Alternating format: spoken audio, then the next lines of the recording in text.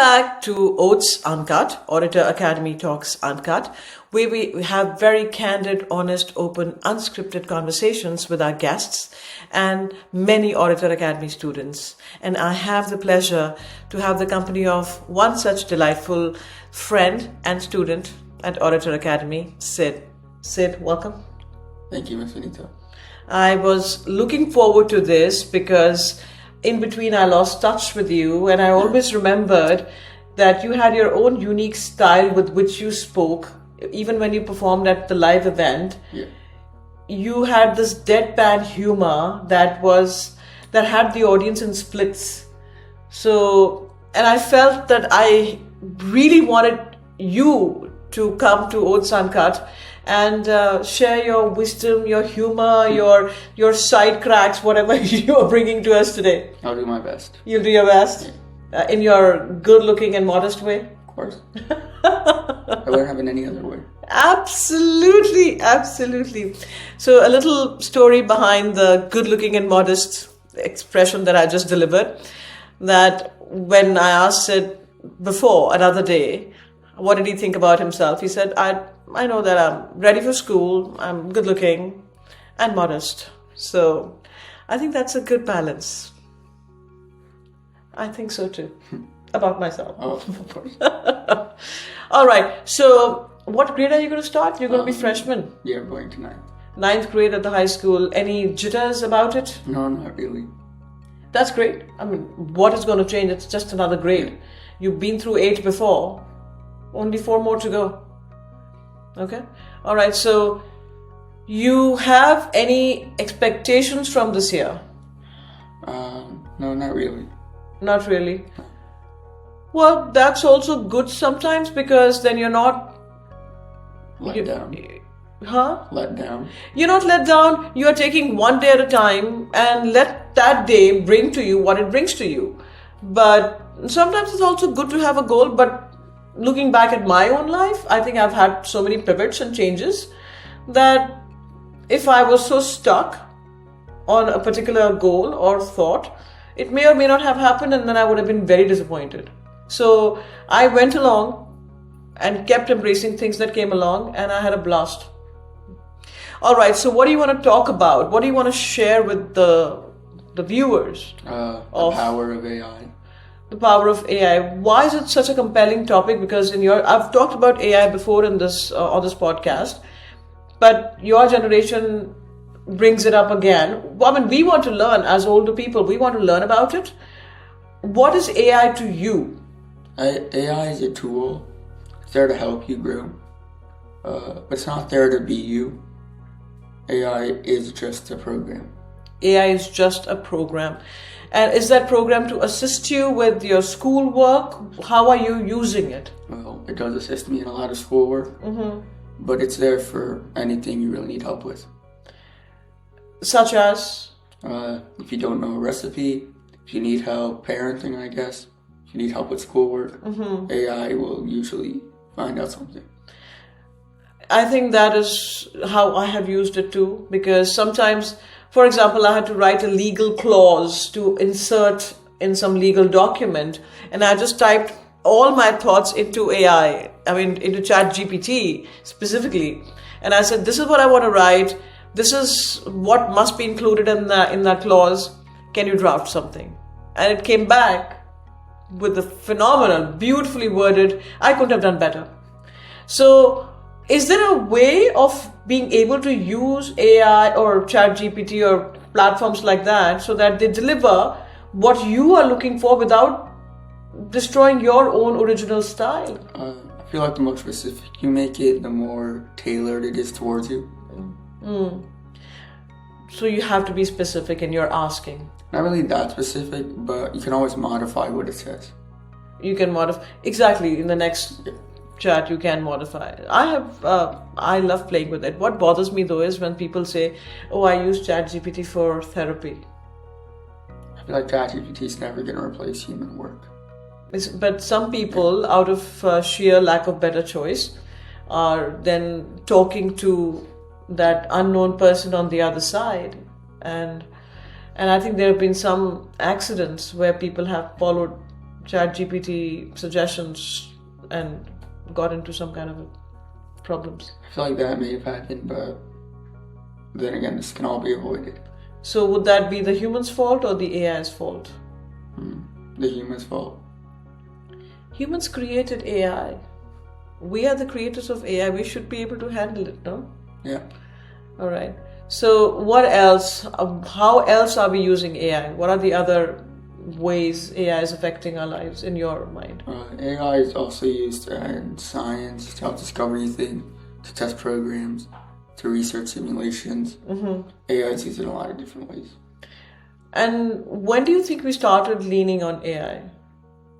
I mean, we as common people know it now, but I'm sure it has been there for a long time. It's been here for a few years, but I feel like 2-3 years ago is when it's really started getting used. Because you said about simulators, and my mind goes to the flying simulators where the pilots get the training and even the crew gets the training to feel like they're flying. So those are also AI, I guess, right? Maybe. Okay. All right. So anything else? I mean, is the school encouraging you to use AI or discouraging you from it? School doesn't really like AI. They have AI blockers, but most of them don't work. Schools to make a note of that. And do your teachers know? I mean, can they tell if you've used AI for your homework? Sometimes AI is the AI is very obvious. So they will be able to tell if you used it. But I'd say around 90% of the time they don't catch it. 90% of the times they don't catch it. Yeah. Because somebody said to me, and actually I also have started observing carefully when I see somebody's posts in different platforms. Somebody said, oh, you can distinguish between what is written by the person and what is totally AI.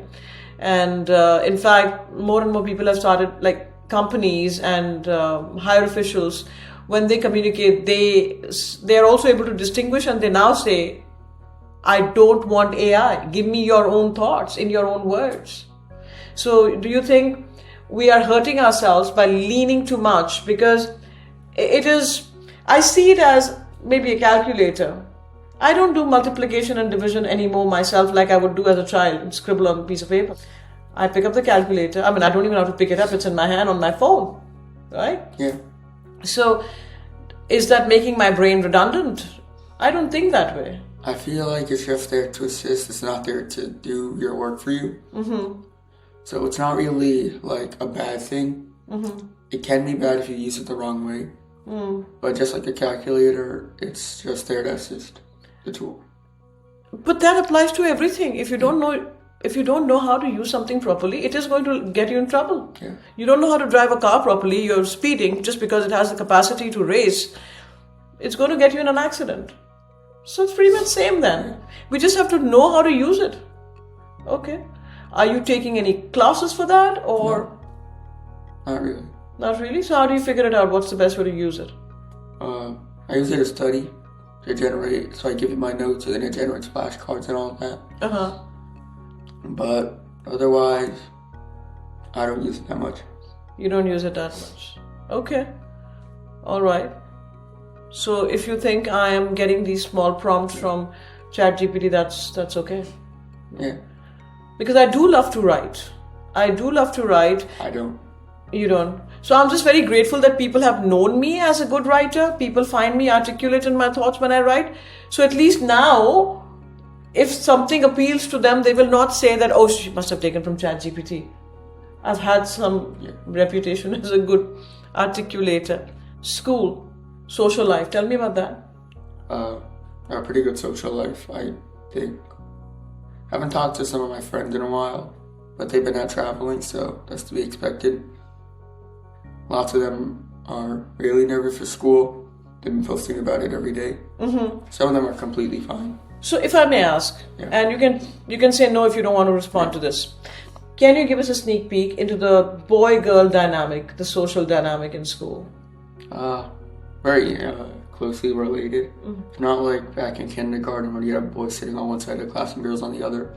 Very commingled. And no issues. It's like, I'm not going to sit with a girl, I'm not going to sit with a boy. No, there's nothing like that. That's awesome. I'm so happy to hear that, because once in my class, one mother actually was looking to enroll her daughter.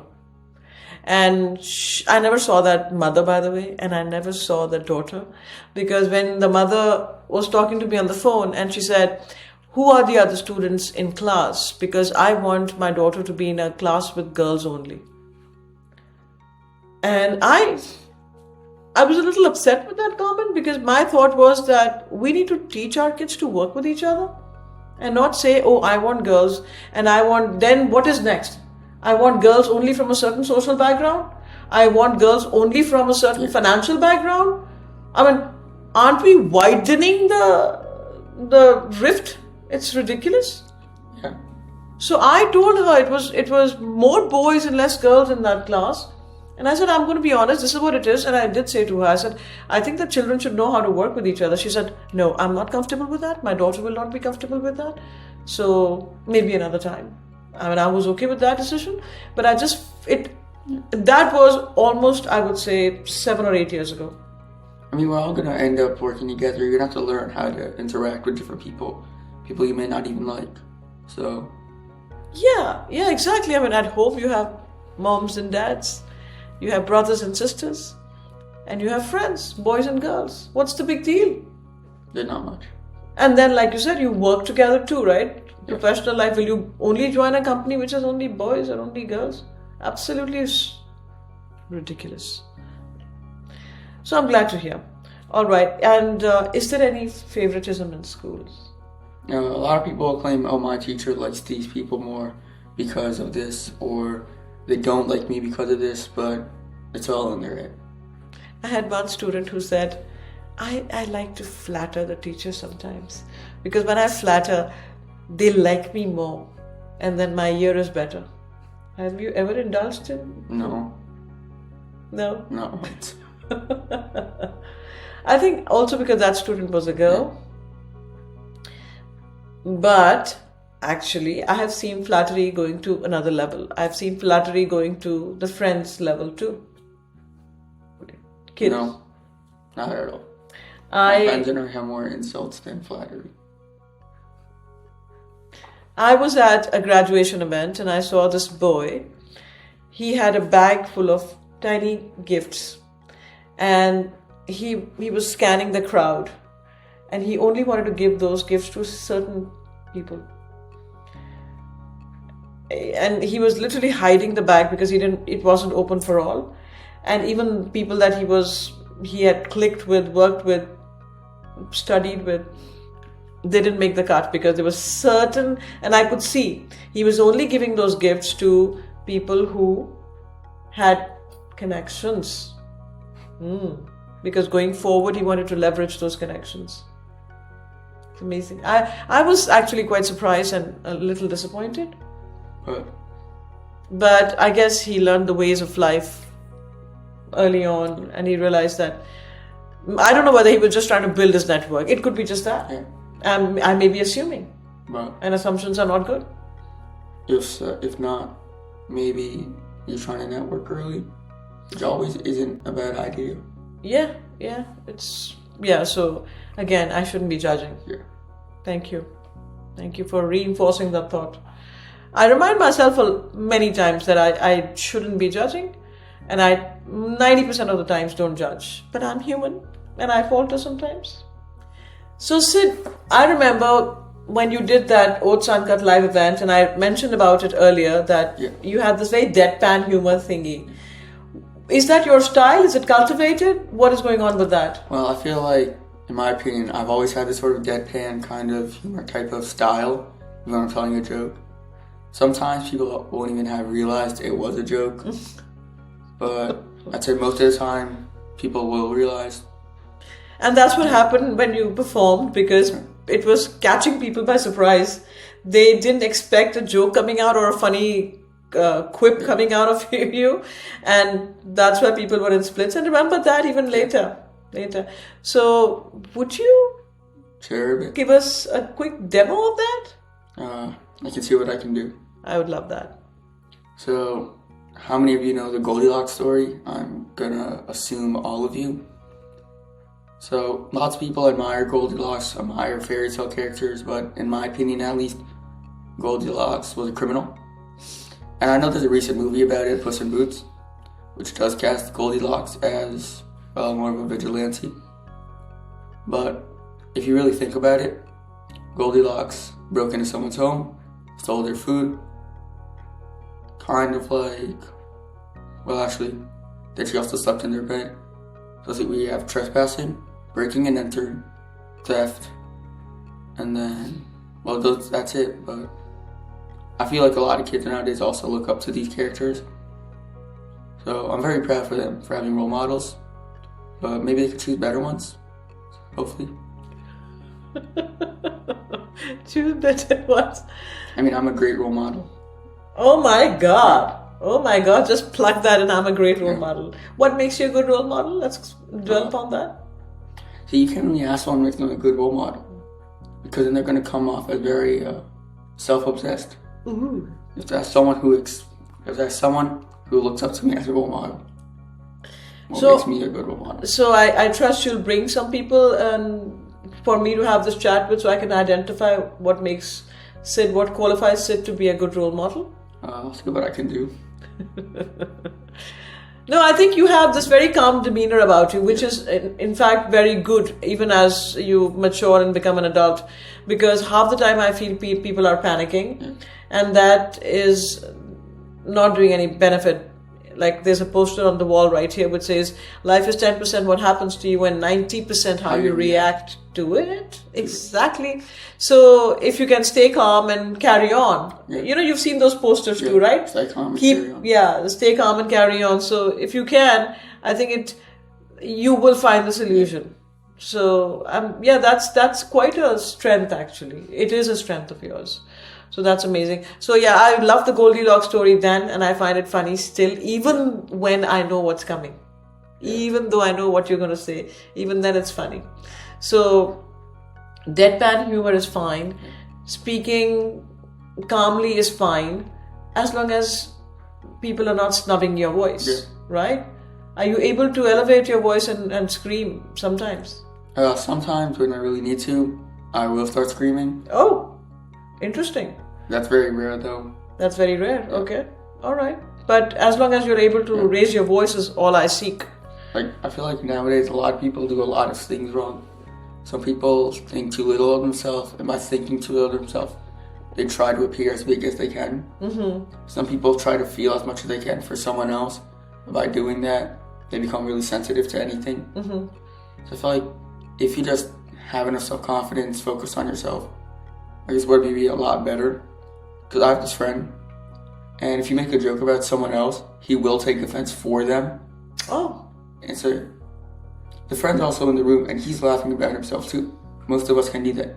He, on the other hand, will not laugh about himself and will not laugh about anyone else. So it kind of kills the whole mood. Very sensitive. Yeah. I guess they're worried about you cracking the same joke on them at some point, so they don't want to be the butt of any joke. Maybe.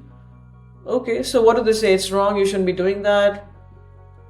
How do they show that they're upset? They start yelling, bro, you shouldn't say that. And a lot of that stuff. Okay. What's with this bro thing? Is it bro only for women, or men, or women too? Like girls too? I mean, I do call my sister bro sometimes. Mm-hmm. But I feel like it's mostly a male thing because bro is actually short for brother. Yeah. But it's become almost like an address. You say, because a student said to me in class, he was arguing with me over something, and he said, but bro. I'm like, so I thought to myself in my head, I said, now we're really close, I guess. So because we know each other so well that he can call me, his coach, come on, bro. No, bro. Like, okay, all right, I get it. But so that, I didn't feel bad about that. Yeah. I felt as if he considers me as somebody in his camp. Yeah. And that was a good feeling. Yeah, but I know that there are people who would say, what is with this behavior? Mind your language. You're talking to your coach, your teacher. It's like nowadays for this modern generation, bro is a lot more like sir or ma'am, like a form of address, like Mr. or Mrs. But for someone your age, someone your like friend group. Yeah. Yeah. I mean, it is not proper. No, let's not confuse people. It's not proper, but it can only come out with people you feel close to and casually close to. It's not to be used in any formal setting. So just because I know this kid who said that to me for some time, and I allow that energy in class, so he can get away with it. But I did actually laugh and pause and say, "What's with that bro address?" What did he say? So he said, "Well, I didn't even think about it. It just came out of my mouth." But it came out of his mouth because he was so comfortable in my company, I guess. But that's okay. I'm not justifying it shouldn't happen with other people. But for me, in that moment, I felt like we connected. So it was sweet. Yeah. Nothing wrong with that. So I'm so glad that I was able to have the audience get a taste of your deadpan humor, because that's also a skill. I cannot do that. I will start cracking up in the middle of my own joke. Which is why I really, most of the time for the deadpan humor, you don't really plan the joke. Because if you plan the joke, I feel like since you know what's going to happen, either it comes out wrong and no one's really going to get it, or you're going to start cracking me up and the audience is like, what's he doing? What's she doing? So you just really go with the flow for deadpan humor. So deadpan humor is part of your personality. It's not something that you acquired or conscientiously work towards. It just is part of your personality. So just like we say we are uniquely flawsome, that's part of your flawsomeness. Yeah. I can't deliver that. Just so you know, flawsome stands for flawed yet awesome. I remember that much. Yes, of course, flawed yet awesome. We have our own unique flawsomeness. Okay, so would you like to do the outro for Oats Uncut, or should I do it? You can do it. You don't want to do it? You're right. Oh. Okay, so thank you for tuning into Oats Uncut. It has been a pleasure talking to my friend Sid here. We've talked about different array of things, starting from AI to school, social dynamic, girl-boy dynamic. He didn't open up much, but I'm going to try again another time. But thank you so much for joining in. As my friend Sanvi says, Oats out. You like that? Yeah. Oats out. Be well, be safe. Remember to love and laugh and have a blast. We shall meet again.